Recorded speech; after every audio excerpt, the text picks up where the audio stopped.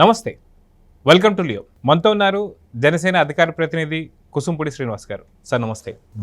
Sir, మనం చూసుకుంటే liquor scam ఒక్కొక్కటిగా బయటకు వస్తుంది. అయితే స్క్రిప్ట్ సరిగ్గా పాటించలేదేమో తెలియదు కానీ ఒక్కొక్కరిని విచారిస్తున్నప్పుడు ఒక్కొక్క నొసుకులు బయటకు వస్తున్నాయి. మొత్తానికి బిగ్ బాస్ తలుపులు మనం చూస్తుంటాం సార్. సాధారణ వెంకటేశ్వర స్వామికి 7 గడపలు అంటుంటారు. అలాంటి 7 అడుగుల భద్రతలో పూర్తిగా 5 అడుగులు అయిపోయి నెక్స్ట్ మిథున్ రెడ్డి అరెస్ట్ అయిపోతే నెక్స్ట్ బిగ్ బాస్కి తలుపు తెరుచుకోబోతున్నాయని చెప్పి అంటున్నారు. మొత్తానికి ఏం జరగబోతుంది, ఎందుకు ఇంత డ్రామాలో వాళ్ళు ఎందుకు ఇట్లా నొసుకుతున్నారంటే ఏం చెప్తారు? వెంకటేశ్వర స్వామితో పోల్చొద్దు ఈ దుర్మార్గుల్ని. ఎందుకంటే లిక్కర్ స్కామ్ ఈ రోజున ప్రతిరోజు పేపర్లో మెయిన్ ఐటెం ఏదన్నా ఉందంటే ఏపీలో జరిగినటువంటి లిక్కర్ స్కామ్. ఎందుకంటే మన ఈ మధ్యకాలంలో ఢిల్లీ లిక్కర్ స్కామ్ గురించి మనం పదే మాట్లాడుకునే వాళ్ళం. ఢిల్లీ ముఖ్యమంత్రి గారు, ఢిల్లీ ఉప ముఖ్యమంత్రి గారు, అదేవిధంగా తెలంగాణకు సంబంధించిన కవిత గారు, ఎంతోమంది ఆ స్కామ్లో జైలు జీవితం అనుభవించారు. దానికి 10 రెట్లు కుంభకోణం ఏపీలో జరిగినటువంటి లిక్కర్ కుంభకోణం. అంటే మద్యపాన నిషేధం చేసే నేను ఓట్లు అడుగుతాను అని అధికారంలోకి వచ్చినటువంటి జగన్మోహన్ రెడ్డి ఆ మద్యం మీద ఏ విధంగా రాష్ట్ర సంపదను దోచేసాడు అన్నది ఇప్పుడు బయటకు వస్తున్నాయి.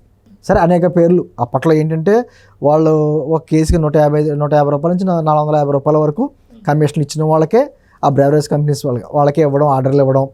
ఆ అమౌంట్ని రాజకేశ్ రెడ్డి లాంటి వ్యక్తులు మధ్యలో ఆ బాక్సులని అటు ఇటు చేరవేయడం. దీనికి అనేక మంది ఏంటి చిత్తూరు కాదు, మించుమించు చెన్నై నుంచి మొదలుపెట్టి ఆంధ్రాలోకి ఎంటర్ అయ్యి శ్రీకాకుళం వరకు ఈ రోజున మద్యం తాగినోడు కూడా మద్యం వాసన వస్తుంది ఆంధ్రప్రదేశ్లో. అంటే ప్రతి వాళ్ళు మాట్లాడుకునే పరిస్థితి అయిపోయింది. ఆఖరికి రోజుకు ఒక కొత్త పేర్లు. సజ్జల శ్రీధర్ రెడ్డి అన్నారు, అప్పట్లో అంతకుముందే మిథున్ రెడ్డి, పెద్దిరెడ్డి గారి ఫ్యామిలీ, ఆ తర్వాత రాజకేశ్ రెడ్డి గారి మాగారు, బామర్దులు, వాళ్ళ శిష్యులు, ఒకటి కాదు ఎన్ని పేర్లు వస్తున్నాయి.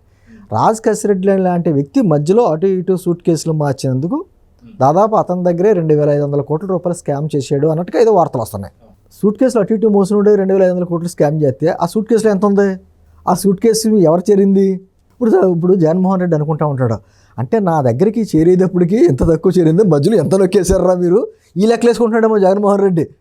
అంటే ఈ దర్యాప్తు సంస్థలన్నీ ఎంక్వైరీ చేసి జగన్మోహన్ రెడ్డి గారికి అసలు లెక్కలు చెప్తున్నాయేమో అనిపిస్తుంది ఒకసారి. ఎందుకంటే సరే, ఆ విషయం పక్కన పెడితే ఈ రోజున ధనంజయ రెడ్డి గారు లేకపోతే కృష్ణమోహన్ రెడ్డి గారు సుప్రీంకోర్టు తలుపు తట్టారు. సుప్రీంకోర్టు కూడా ముట్టుకలేసింది. అదేదో అక్కడ తేల్చుకుంటే హైకోర్టులో ఇక్కడ రావద్దని చెప్పేసి అని అక్కడ క్లోజ్ చేశారు. చాలా విచిత్రంగా ఉండే జగన్ గారు వీళ్ళందరూ కూడా అంటే పైనుంచి కింద స్థాయి వరకు. ఇంటికంటే ముఖ్య విషయం ఒక విషయం చెప్తా మీకు. ఇంత స్కామ్లో ఈరోజు జగన్మోహన్ రెడ్డి గారి పేపర్ అయినటువంటి సాక్షి పేపర్లో ఈ లిక్కర్ స్కామ్ కుట్రదారుడు చంద్రబాబు అన్నట్టుగా పెద్ద హెడ్డింగ్ వేసి పెట్టారు, వార్త వేశారు. అసలు సూత్రధారి చంద్రబాబు అన్నట్టుగా ఆ టైటిల్ వచ్చేలాగా టైటిల్ పెట్టి వార్త వేశారు. నేనేమంటున్నానంటే దర్యాప్తు సంస్థలని చంద్రబాబు గారే సూత్రధారి అంటున్నారు కదా, మీ దగ్గర ఉన్నటువంటి ఆధారాలు ఏంటి ఇవ్వండి అని చెప్పి సాక్షి పేపర్ యాజమాన్యాన్ని కూడా ఈ కేసులో ఒక నిందితుడిగా ఎందుకు చేర్చకూడదు? ఎందుకంటే మనం వదిలేస్తున్నాం అనుకోండి. గతంలోనే అంతే, వివేకానంద రెడ్డి గారి హత్య జరిగితే నారాసుర వారి రక్త చరిత్ర అని చెప్పేశారు. తర్వాత గుండెపోటు, తర్వాత గొడ్లపోటు రకరకాల మారి అనిచింది. అంటే ఇలాంటి తప్పుడు వార్తలు వారుతున్నటువంటి సాక్షి మీద ఎందుకు మనం చర్యలు తీసుకోకూడదు? దర్యాప్తు సంస్థలు అడగాలి కదండి. ఇప్పుడు ఏదన్నా అంటే ఏమంటారు, మీ దగ్గర ఉన్న ఆధారాలు ఏంటి చెప్పండి అని అడుగుతారు కదా, కోర్టుని అడుగుద్ది కదా. అలాగే సాక్షి పేపర్ మీ దగ్గర ఉన్న ఆధారాలు ఏంటి, చంద్రబాబు గారే లిక్కర్ స్కామ్కి సూత్రధారి అనడానికి ఆధారాలు పెట్టండి. ఆధారాలు ఇవ్వలేదనుకోండి పరువు నష్టం కేసు వేయచ్చు. ఎందుకంటే మనం వదిలేసామనుకోండి, అలాగే రాసుకుంటూ ఉంటారు, అలా ఎడుతారు ఉంటారు అని వదిలేస్తే దీన్ని పదే అబద్ధాలు వండి వారుస్తారు. రోజుకు ఒక వార్త రాస్తున్నారు వాళ్ళు. ఎందుకు వదలాలి? అదేవిధంగా ఈ వ్యక్తులందరూ ఎవరు? ధనంజయ రెడ్డి అంటున్నప్పుడు IAS అంటున్నారు. అతను IAS కాదు, ఫస్ట్లో IAS కాదు, అతను అండమాన్ నికోబార్ ఐలాండ్స్ ఢిల్లీకి సంబంధించినటువంటి ఒక అధికారి. అతను కడప జిల్లా చెందిన వ్యక్తి అని చెప్పేసి రాజశేఖర రెడ్డి గారు తీసుకొచ్చి గవర్నమెంట్లో పోస్ట్ ఇస్తే తర్వాత IAS చేశాడు. ఆయన ఇప్పుడు జగన్మోహన్ రెడ్డి గారి గవర్నమెంట్లో ప్రభుత్వ కార్యదర్శిగా మొత్తం అతను చక్రం తిప్పడం మొదలుపెట్టాడు. అంటే ఎటువంటి సమస్య అయినా అక్కడికి వెళ్తే జగన్మోహన్ రెడ్డి గారి దగ్గరికి ఎలా వెళ్ళాం, ధనంజయ రెడ్డి దగ్గరికి వెళ్తే సమస్య పరిష్కారం అవుద్ది అనే విధంగా అక్కడ చేసుకుంటూ వచ్చారు.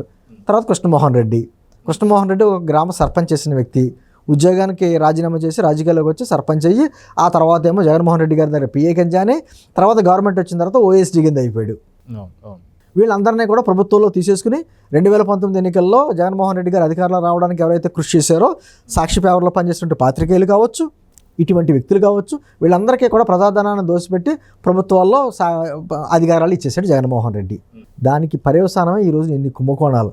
జగన్ గారు మీరు ఒక్క లిక్కర్ స్కామ్ గురించి ఇప్పుడు మాట్లాడుకుంటున్నాం. ఇది తవ్వుతుంటే కొత్త కృష్ణుడు 1, శ్రీకృష్ణుడు 1, శ్రీకృష్ణుడు 2, శ్రీకృష్ణుడు 3 అనేలాగా రోజుకో కొత్త పేరు వస్తుంది. అసలు రాజకాశి రెడ్డి పేరు మనకేం తెలుసండి, అలా అందరూ రోజుకొకళ్ళు వస్తున్నారు. అటువంటిది మిగతా మరి ఇసుక స్కామ్ ఉంది, మైన్స్ ఉంది, ఓ పక్కనేమో బొగమఠం భూములకు సంబంధించినటువంటి కేసులు ఉన్నాయి, ఓ పక్కన సజ్జల గారికి సంబంధించిన అటవీ సంపదను ఎలా దోచాడో అది ఉంది, ఓ పక్క నుంచి పేర్నాని గారికి సంబంధించినటువంటి ఆ రైతు సంబంధం ఉంది, కాకినాడ ద్వారంపూడిది ఉంది. అంటే ఏళ్ళు వాళ్ళని కాదు, రాష్ట్రం మీద గద్దల్లా వాలిపోయారండి గత 5 సంవత్సరాల్లో. ఎన్ని రకాలుగా ప్రజా సంపదను దోచేయాలి, అన్ని రకాలుగా దోచేశారు. ఈ రోజున ఒకటి జగన్ గారు వైఎస్ ఫ్యామిలీని నమ్ముకున్న కుటుంబం మొత్తం చివరికి జైలుకి వెళ్ళవలసిందే.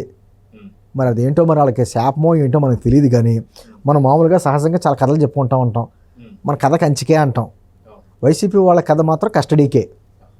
వాళ్ళ చివరికి చేరేది ఎక్కడికంటే కస్టడీకే. వాళ్ళు నమ్ముకున్న అధికారులు అందరూ చూడండి, అప్పట్లో ఉన్నటువంటి శ్రీలక్ష్మి గారి, ఐఏఎస్ శ్రీలక్ష్మి గారి దగ్గర నుంచి ఇప్పుడు వరకు ఉన్న వ్యక్తులందరూ కూడా ప్రతి వాళ్ళతో పాటు అందరూ కూడా పీసరాంజలి కదా కొత్త చరిత్ర, వీళ్ళందరూ కూడా వాళ్ళ ఐఏఎస్ఆ, ఐపీఎస్ఆ, లేకపోతే జర్నలిస్టులా, లేకపోతే రాజకీయ నాయకులా, ఎవరైనా కానివ్వండి, వైఎస్ కుటుంబానికి అండగా నిలబడిన ప్రతి వ్యక్తి కూడా కస్టడీకి చేరవలసిందే, జైలు జీవితం అనుభవించవలసిందే, కోర్టులో చేతులు కట్టి నిలబడవలసిందే.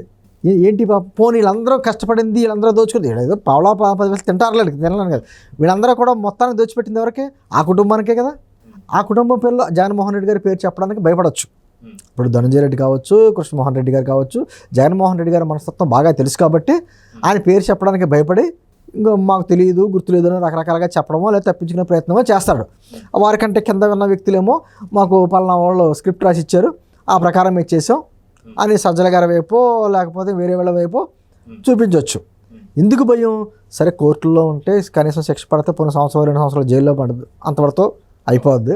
అదే జగన్మోహన్ రెడ్డి గారి పేరు చెప్పి అప్రూవర్గా మారితే జగన్మోహన్ రెడ్డి గారు బాత్రూమ్ తీసుకెళ్తాడు, గొడ్డలు గుర్తుంది కదా అనే భయం ఉంది. అందుకని ఆ ప్రాణ భయం కంటే ఈ జైలు భయమే బెస్ట్, ఇదే బెస్ట్ అనేటువంటి ఆప్షన్ ఎత్తుకుంటున్నారు. అంటే చేసిన వాళ్ళందరూ కూడా దుర్మార్గాలందరూ కూడా వేలు పెట్టి చూపించేది తాడేపల్లి ప్యాలెస్ వైపు చూపిస్తున్నారు, కానీ భయంగా చూపిస్తున్నారు, పేరు చెప్పలేకపోతున్నారు. నేనేంటంటే లిక్కర్ స్కామ్లో రోజుకి ఇంత అతనికి చేరేది ఇంత అని చెప్పి లెక్క కట్టి అతనికి తాడేపల్లి ప్యాలెస్కి చేరాలి అనేటువంటిది వదంతులు చాలా ఉన్నాయి. అంటే ఎక్కడికి చేరినట్టు అక్కడికే కదా. ఈ రోజున ధనంజయ రెడ్డి కావచ్చు, ఈ కృష్ణమోహన్ రెడ్డి కావచ్చు, రాజకాశి రెడ్డి కావచ్చు, మిథున్ రెడ్డి కావచ్చు, వాళ్ళ ఆటలు వాళ్ళు తీసుకున్నా కూడా ప్రధాన భాగం ఎవరికి వెళ్తుంది? తాడేపల్లి ప్యాలెస్కే చేరుతుంది. అంటే ఖచ్చితంగా ఈ రోజు కాకపోయినా రేపైనా ఈ లిక్కర్ స్కామ్ ఇందాక చెప్పినట్టుగా ఢిల్లీ లిక్కర్ స్కామ్ కంటే 10 రెట్లు పెద్దది ఇది. ఆ లిక్కర్ స్కామ్లు ఎవరూ బయట ఉండరు, ఖచ్చితంగా అందరికీ శిక్ష పడుతుంది, కానీ పూర్తి ఆధారాలతో.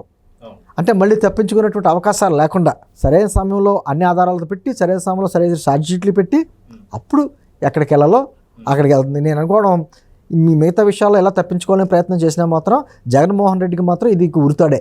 ఈ లిక్కర్ స్కామ్ అన్నది ఒక ఉరితాడే, ఖచ్చితంగా అతను శిక్ష అనుభవించవలసిందే. అదే దీంట్లో మనం బాగా చూసుకుంటే సార్, దాదాపు 6 అడుగుల తర్వాత 6 లెవెల్స్ తర్వాత జగన్ 7th బాస్ అని చెప్పి అంటున్నారు. అయితే ఇప్పుడు మీరు ఇందాక అన్నట్టుగా ఖచ్చితంగా జగన్కి తెలియని లెక్కలు చాలా వరకు ఉన్నాయని చెప్పేసి అయితే అర్థమవుతుంది. అదే దాదాపు 6 మంది కట్టప్పలు జగన్కి వెన్నుపోటు పొడిచారని చెప్పి అనుకోవచ్చు. అంటే ఎంత తిన్నారో అర్థమవుతుంది అనుకోవచ్చు. ఇప్పుడు వీళ్ళు టైటిల్ సినిమా పెట్టి టైటిల్ తెస్తే రామ్ గోపాల్ వర్మ లాంటి వాడు అందరూ దొంగలే అని టైటిల్ పెట్టాలి.